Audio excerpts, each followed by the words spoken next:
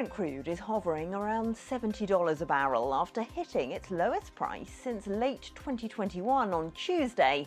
In recent months, a series of usually bullish news, including disruptions to output in Libya and an OPEC Plus decision to delay a planned output hike, have failed to give the price much of a lift. To find out why not, I'm joined now by Homayoun Falakshahi, senior oil analyst at Kpler. Homayoun, hello. Why has sentiment been so weak this summer? It's really a combination of, I would say, general sentiment being quite weak, especially looking at China, the Chinese economy overall, not just oil demand, not doing great in China, but also looking at oil demand in the US, for example, and more specifically demand for end products such as gasoline and middle distillates, where we've seen inventories rising in the US, despite summer season where usually you have it's the peak demand season where usually you have draws.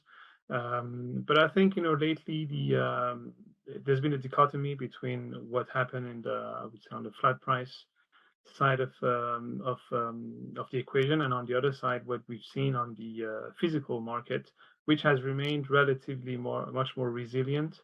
And that's why I think we are due a sort of rebound on oil prices globally over the next few sessions. Maybe the market could catch up at some point. OPEC Plus decided at its last meeting, of course, not to bring more supply onto the market in the immediate term, but it's put itself into a tricky position going forward, hasn't it? Indeed, I mean the problem will stay the same when they meet again, probably in a couple of months or at the beginning of December. The issue for OPEC Plus is that they probably took the right decision actually last week by deciding to postpone. It was really the most reasonable thing to do.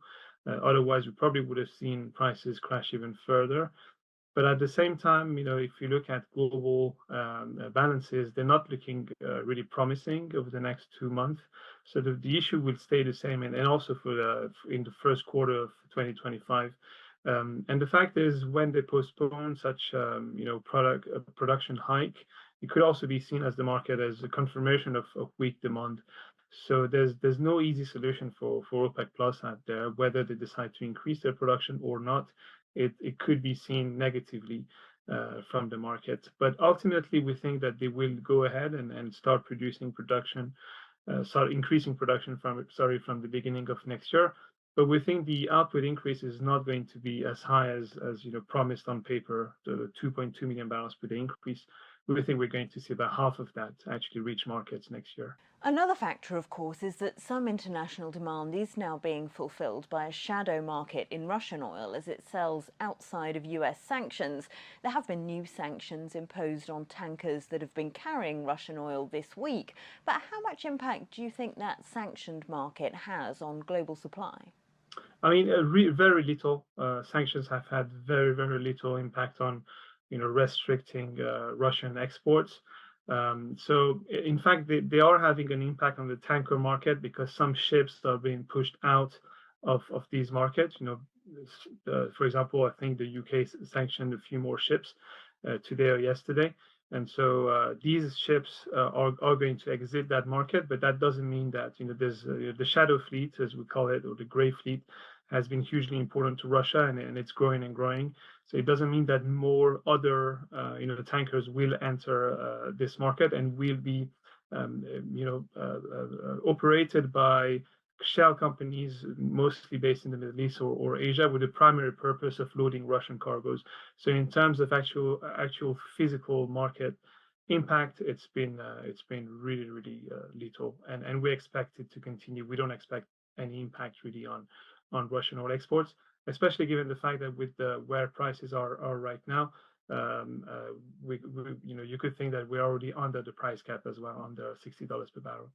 Do you think then that global supply will continue to outpace demand into 2025? Yeah, indeed. So with OPEC Plus, even with us assuming that ultimately OPEC Plus will only increase production by about half compared to what they said. So we see them increasing production by about 1.05, 1.1 million barrels per day next year, compared to the 2.2 million barrels per day increase that they're promising.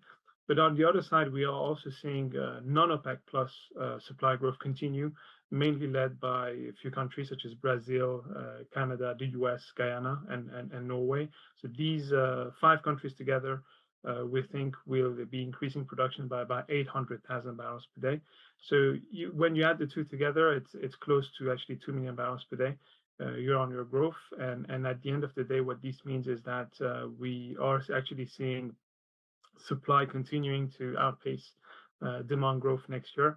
However, the situation looks much more promising towards the end of next year, and also as we are approaching, plateau production from the U.S., for example, and also with Brazil, some of their main fields are having high decline rates, and so this means that beyond 2025, 2026.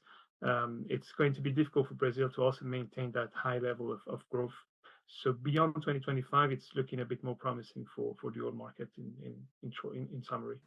Thank you so much for that analysis, Homayoun Falakshahi of Kpler.